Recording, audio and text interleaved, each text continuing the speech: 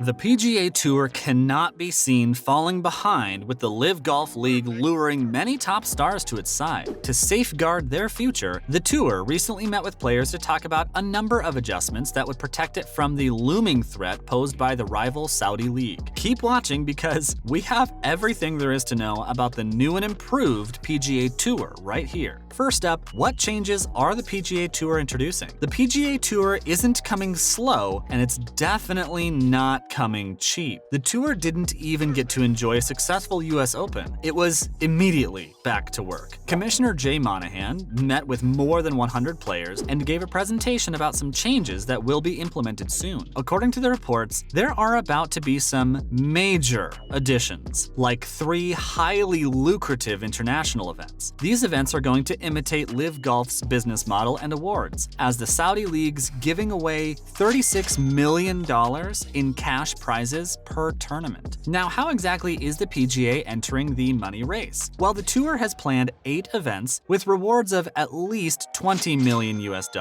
Daniel Rappaport of Golf Digest claims that restricted fields and no cut will be also included. The 3 PGA Tour invitationals, the Jack Nicklaus Memorial Tournament, the Arnold Palmer event at Bay Hill, and the Tiger Woods Genesis Invitational at Riviera are rumored to be among the 5 current events. Up next, Australia is left out once again. The PGA Tour needs all the international spotlight it can get, and the tournaments are probably going to take place in Asia, the Middle East, and Europe. Once again, Australia's being left out despite all the efforts to prevent exactly that. Australia's being overlooked again. Even though world number 7 Cameron Smith has requested the PGA Tour many times to bring the golf to his country, it would be nice if our region was looked after in all this. At the most recent US Open, Smith spoke more about Australia being the PGA Tour's unwanted child. Well, Smith might be getting what he wants because there appears to be a merger on the horizon. Golf analyst Paul McGinley believes that Australia is the most magnificent country to play golf, and looking at the beautiful courses in Melbourne and Sydney, you really cannot disagree with him. What's more, this merger could really help the PGA Tour. The PGA Tour received support from the European Tour, currently known as the DP World Tour. In accordance with the strategic alliance with the PGA Tour, the DP World Tour announced that it would co-sanction the Australian Open this year. However, it's important to note that the DP World Tour already does co-sanction it. This discussion would definitely provide a route into Australia given the DP World Tour's presence at the Australian PGA Championship. But that's not all this step's going to help with, and the Tour might just be getting the support it needs right now. The DP World Tour has yet to officially respond to LIV Golf League and hasn't made its stance about the rival league clear yet. So, with this new merger, the 2 organizations will work more closely together, even if they won't entirely become one body yet. This merger couldn't have come at a better time. Naturally, this action makes even more sense when you take into account that the American Tour lacks the ability to bar players from competing in the 4 majors. Even if it does ban the players from the PGA Tour, would that effectively convey its message? They could gain more power through this collaboration, which could lead to more joint ventures and decisions in the future. Next, where are these events even happening? So you might be wondering, where are all the LIV Golf events happening? According to the Australian Golf Digest, the series will increase from 8 to 14 tournaments in its second season. It was also disclosed that Australia is supposedly scheduled to host an event. Seems like the Saudi League is already one step ahead on the Australian front. A delegate will travel to Australia near the end of the 2022 to look over potential venues for a Melbourne event, according to insiders. And this shouldn't come as a surprise because when LIV Golf first announced Norman as its chief executive, many people thought he would help Australia win a significant international competition. Of course, this is because Norman has won the Open Championship twice. If nothing else, this should push the PGA Tour to focus more on the Down Under. A lot of support for the American Tour comes from Australia, so it's about time they stop snubbing it from getting an event on home ground. So, they're hosting an event in UAE too? While most of the changes proposed by Monahan were met with positivity, this didn't quite hit the mark. It's been rumored that the United Arab Emirates is the most likely location for the Middle East tournament, and we can't help but question this judgment. Isn't Saudi Arabia's involvement and money in the LIV Golf League the main reason why so many have spoken against it? What about all that free speech restriction? They'll have to think about this one a little more and also handle it tactfully, can't go around losing any more players. And now, how's the PGA Tour boosting its money prize? Let's bring out the big guns here. Monahan confirmed some of the elements of the reformatted tour in the presentation. The season will resume following the calendar in 2024, and 3 more international competitions will be added to the season's conclusion. The most crucial component is, of course, the money. The reward money will dramatically increase in order to entice players to stay and participate. Purses in 8 chosen tour events will total almost $20 million,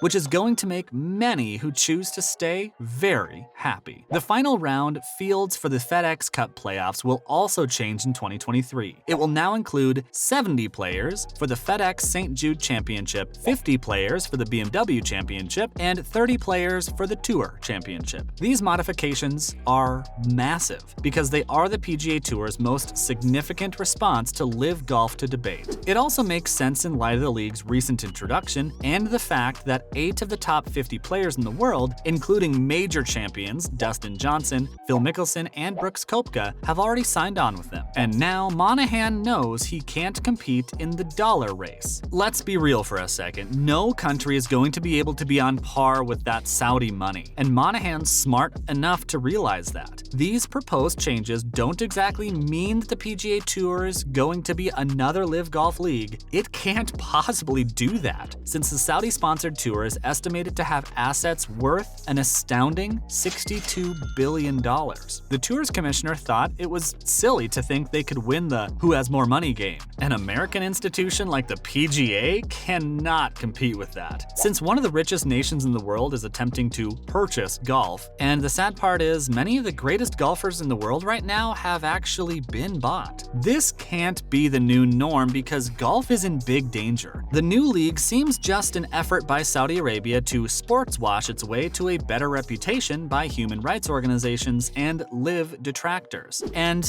if you can't believe that a few dollars would be enough to cover up horrors and breaches of human rights, you're wrong. Many people have opted to accept the hefty incentives and registration bonuses. The circuit reportedly offered to sign bonuses between $100 and $200 million in an effort to get the greatest players in the globe, and everything else is just shoved under the rug. And finally, how effective could the steps by the PGA be? 4-time major winner Rory McIlroy has remained one of the most devoted to the American institution and firmly believes that these current developments and the stark difference will change golf for all time. And there's nothing anyone can do except wait and watch it unfold. PGA of America CEO Seth Woe, who criticized LIV Golf and the changes money would bring to the sport, is also very curious to see what the future holds. Even though Woe outlined a few prerequisites to qualify for the PGA Championship, we're still unsure of the consequences that PGA members would face if they competed in London. The PGA Tour regulations do mention that to be a PGA member someplace and qualified to play, you have to be a recognized member of a recognized circuit. But the PGA may also change its guidelines since the Saudis have donated to the Asian Tour, which LIV players might join and qualify for. The player who attended the presentation by Commissioner Monahan went on to say that there was no way to combat the enormous sign-on bonuses that LIV Golf has promised to its greatest players. Well, that's for sure. But here's the thing. The addition of these lucrative incentives will appeal to those who remain. The PGA Tour's Harris English said that though the schedule modifications might be enough to keep elite players from leaving, that's a wrap for this video. What do you think about the new revamped PGA Tour?